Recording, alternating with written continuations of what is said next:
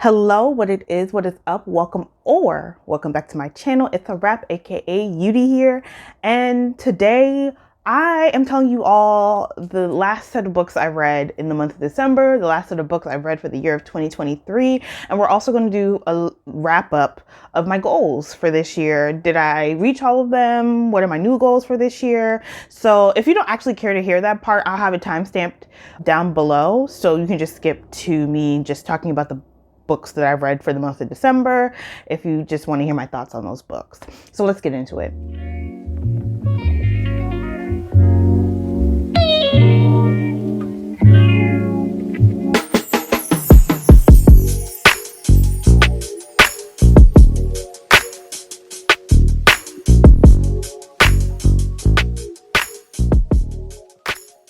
Okay, y'all. So I did a video on my goals for 2023 and I'll have that linked in a card above, so you can click there.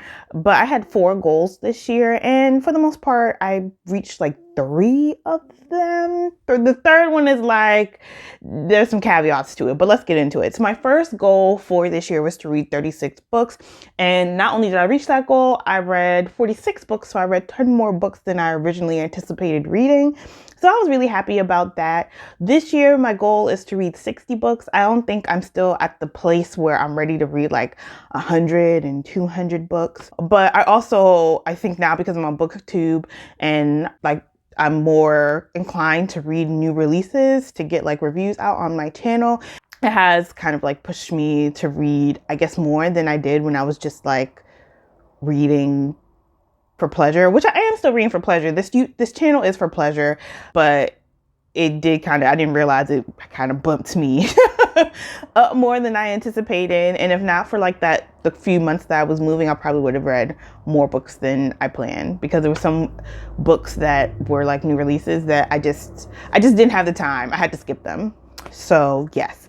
So my goal this year, just to make it clear, is 60 books in 2024, which I also still think is very doable. And I know, like, for me, this is just me talking personally, just being in this space, it does kind of feel intimidating when you see that people read 100 books and 200 books.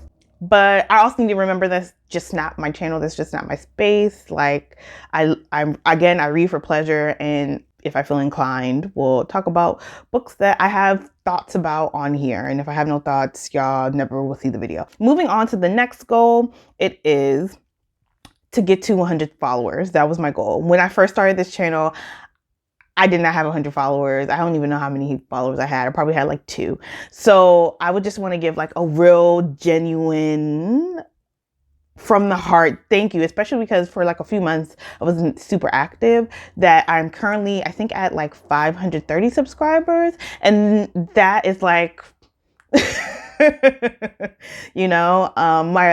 that's way outside of what I thought I was going to be, like around like 100, 200. And I would be happy with my 100, 200. All of us just kikiing about books that I normally don't get to talk about with other people. And it's normally me in my real life reading books and pushing on to friends and telling them, you have to read this because I need to talk to someone about what I just read.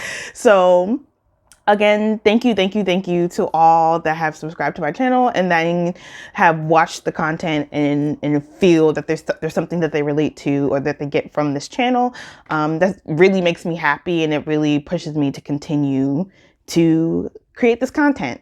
So yes, my goal for this year is to reach 1,000, which is a lot more ambitious than when I first started, because when I first started, I didn't know what the hell I was doing. But there's so many like things creatively that I would love to do with my channel, and I'm just hoping to really like lock down and give myself like the space and the time to actually create and build that content, and that's in that kind of space on this channel. So yeah, so 1,000 subscribers putting out there, that's the goal for 2024. I think that's doable. I think when I said 100 at the top of this year, I was just all like, if it's doable, it's doable. If not, it's not. If I'm talking to 5 people, I'm talking to 5 people. Because as much as I created for like other people to connect to, I also created for me. So yeah. Okay. Next goal, I had read 1 book in Spanish. I did not I did not read my one book in Spanish. Let me actually tell you a story, guys. I tried to push off my book on someone I knew who knows, who actually that knows is a native Spanish speaker. And they were just like, this is a good book. We need to read this book. And I was just like, oh, I have to keep with this goal. So this goal is just moving into this year. I'm going to sit down and actually read a book in Spanish. I'm going to lock down and do it. The books are still here. If anything, maybe if I get like a new book, maybe it'll like invigorate me to like read it. But yeah, girl, the books are still sitting there. They still need to be read. Okay, moving on to my last goal, creating a aesthetically pleasing filming space, which I moved. So if you guys look at my earlier videos, the space I was in is completely different. So I moved and I'm slowly creating the space, a filming space that I love. I also work from home, so this backdrop is my same backdrop for work. So I don't want to get too, crazy with it. But I do see myself, one, getting another bookshelf and getting some more artwork on my wall. But yeah, there's still so much that I want to do with this filming space. So I'm moving this goal into this year because there's still an aesthetic that I would like in my backdrop that's still not there. And those were my 4 goals. So yeah, 2 of them are moving into this year. And then the other 2 have just been bumped up in the number. So let me know what y'all's goals for reading are this year. I'm very, very curious. And I'm hoping that we can work on it together. Possibly like read some of the same books, so we can kiki about it. Maybe I'm gonna have to, did I do a TBR this last year for what I was gonna read this year? I think I might do like a TBR and like break it down by month. So if I'm not gonna call it a book club because I can't hold myself to that kind of accountability, but maybe maybe I can set it for like books each month that I want to read, and then on the last day of that month I'll have like a video or a live or something like that up. Tell me if that sounds interesting, and we can just kiki. If y'all read the book, cool. Like y'all will already know for the year what the books are. If y'all read it in March and the book is for July, like yeah, you just know. So yeah, let me know if that's interesting. If I just put up all my TBR for the year, and then we can do like a live, or if you want to do like a recorded video, and let me know if that sounds interesting. Okay. But yeah, so those were my goals. Let's move on to the books that I read in the month of December. My last set of books that I read in 2023. I read 4 books in total. Yes, 4 books in total. One of them was an audiobook. I have my book sitting right here. These are the 3 physical ones that I read, and then I'll talk about the audiobook at the end. So let's get into the first one. I'm going to put it on my face. American Royalty by, Tracey Livesay. Okay, so I wasn't gonna finish this. I was gonna DM and F it. It just was not for, I know people love American Royalty, and there's a second book. I think it's like Duchess, The Last Duchess. Anyway, if you're not aware of this book, American Royalty follows this rapper. Her name is Duchess. And she's putting on this performance for the royal family in, the UK. And what is the guy's name? Jameson. So she's talking to this, she's talking to this guy. So the person in the royal family that chose Justice is Jameson, and he's a philosophy professor, and his grandmother wants him to take over like the royal family, but he doesn't want to. But anyway, they ended up falling for each other while getting this performance together. And the book pretty much just follows them falling for each other. And, there's some other storylines that is not relevant to this summary. But overall, like, I read it. I didn't like it. If I had to give it a rating, it would be like it's like a 2.5. I'm going to say 2.5. I'm sorry, y'all. What kind of bothered me about this book? I think one, I don't really like royalty romances, because I'm sorry, I'm not one for the royal family or the monarchy. It's steeped in imperialism. It's steeped in colonialism, and I like it. I don't like it. I don't like, in the book, the grandmother is fighting to keep the monarchy like alive because pretty much the country is all like, we should get rid of the monarchy, which, I mean, I'm kind of on the side. I kind of agree. Like,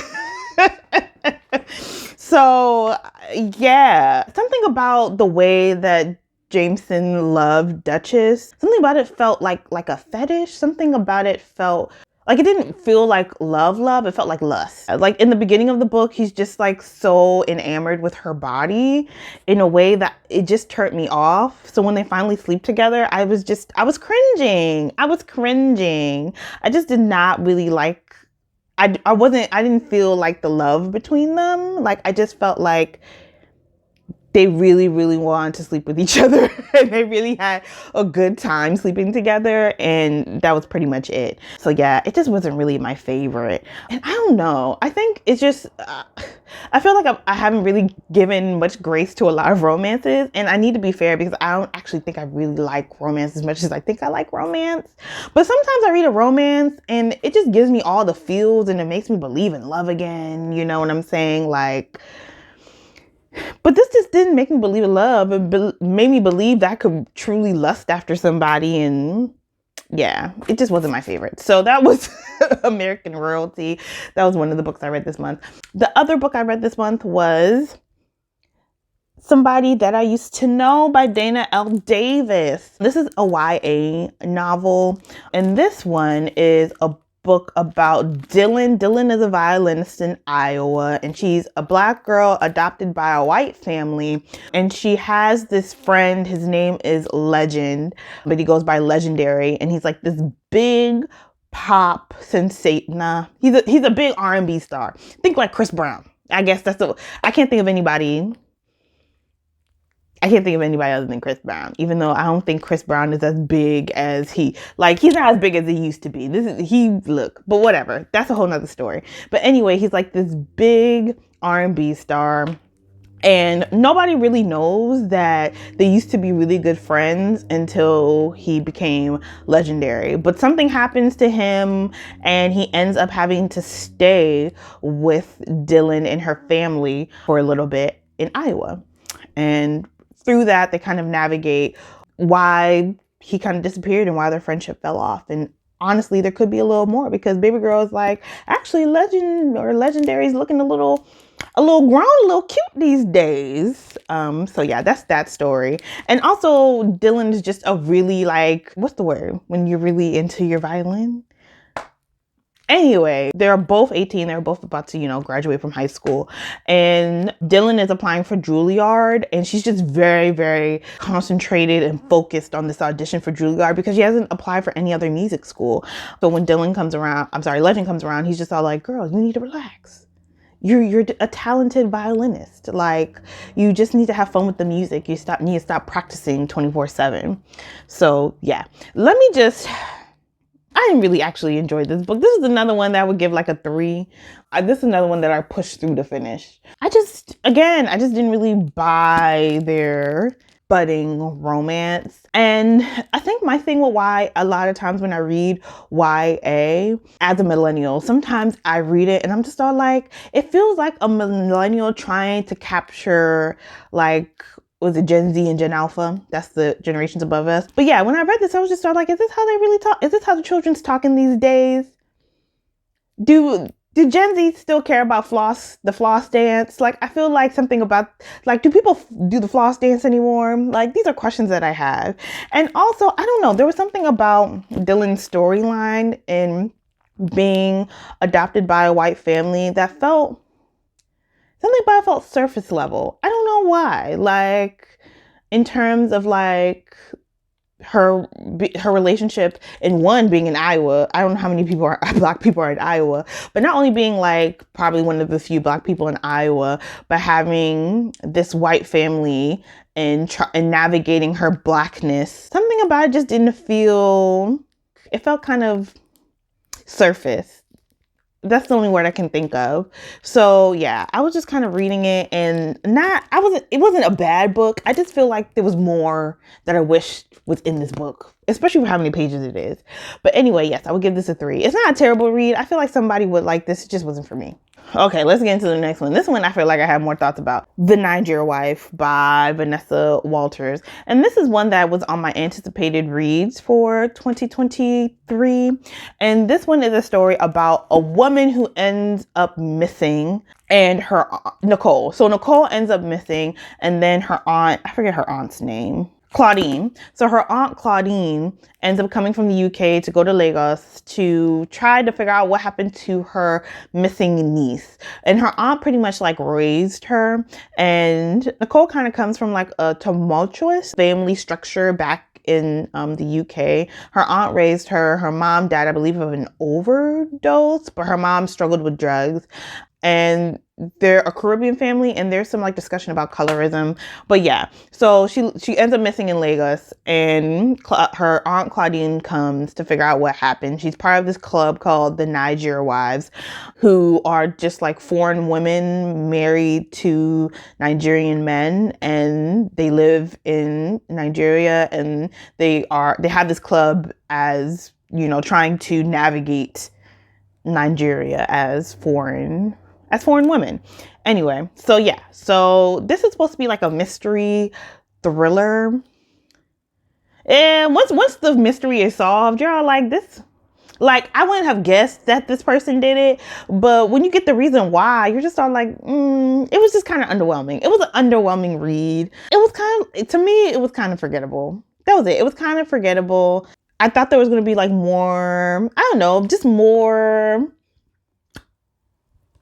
twists and turns. There wasn't really that many twists and turns, and there were so many characters, but the book just kind of fell flat. That's all I can say. The book fell flat. Once we get through everything, there's so many different secrets that people have, and like Nicole wasn't living the best life in Lagos. You know what I'm saying? Like she wasn't like a clean cut victim. When you go through all of that, you're just all like, they just kind of felt like half baked and undeveloped when you get to the end of how baby girl ended up missing, aka, you know, dying or whatever. But never trust the Good Morning America book club picks. I have not read one yet that I've been all like, yes, this was actually really good. And then the last book that I had on my list was The Art of Scandal by, is it Regina Black? Oh, actually, I think out of all the books that I read, maybe I had the best time with this one.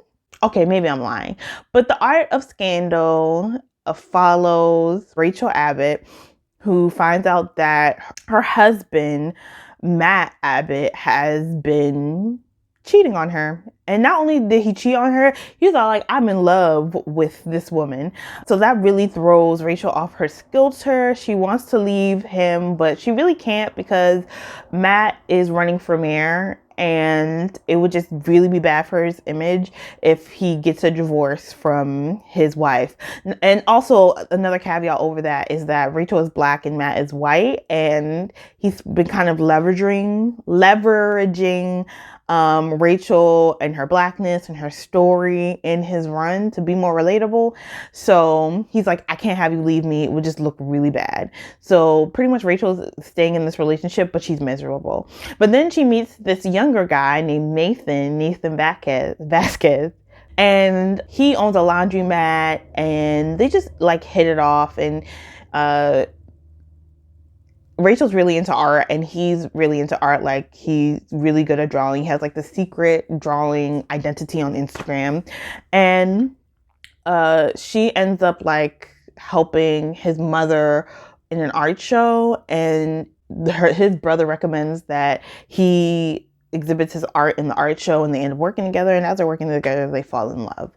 But yeah, The Art of Scandal, it wasn't a bad read. I would probably give it like a 3.5. A 3.5. It wasn't hitting like 4 status for me. I would kind of forget out I read it, but I think it's a solid romance.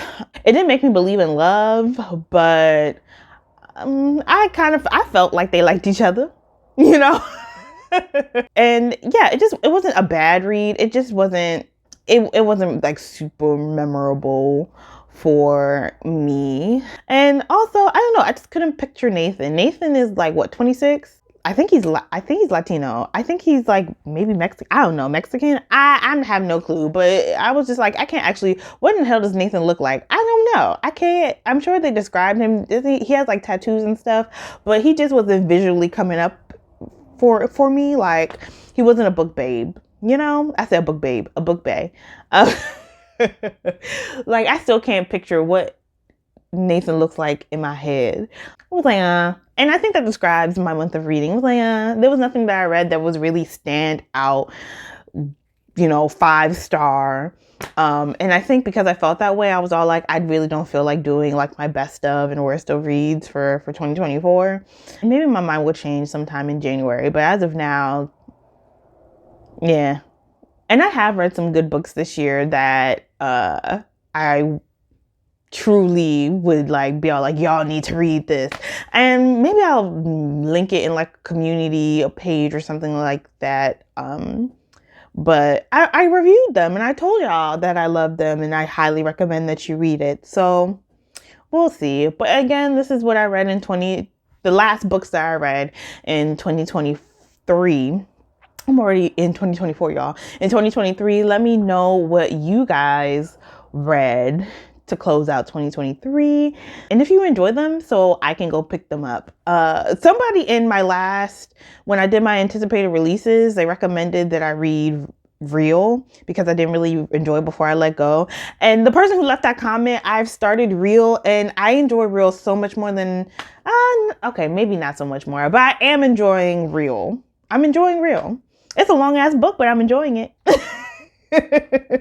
And maybe I should have started off with Real from the beginning and maybe I would have appreciated Before I Let Go more. But yeah, thanks for that recommendation. That's all I'm going to say. I'm reading Real and I'm actually really enjoying it. And until the next time, guys, I will speak to you all later. Deuces.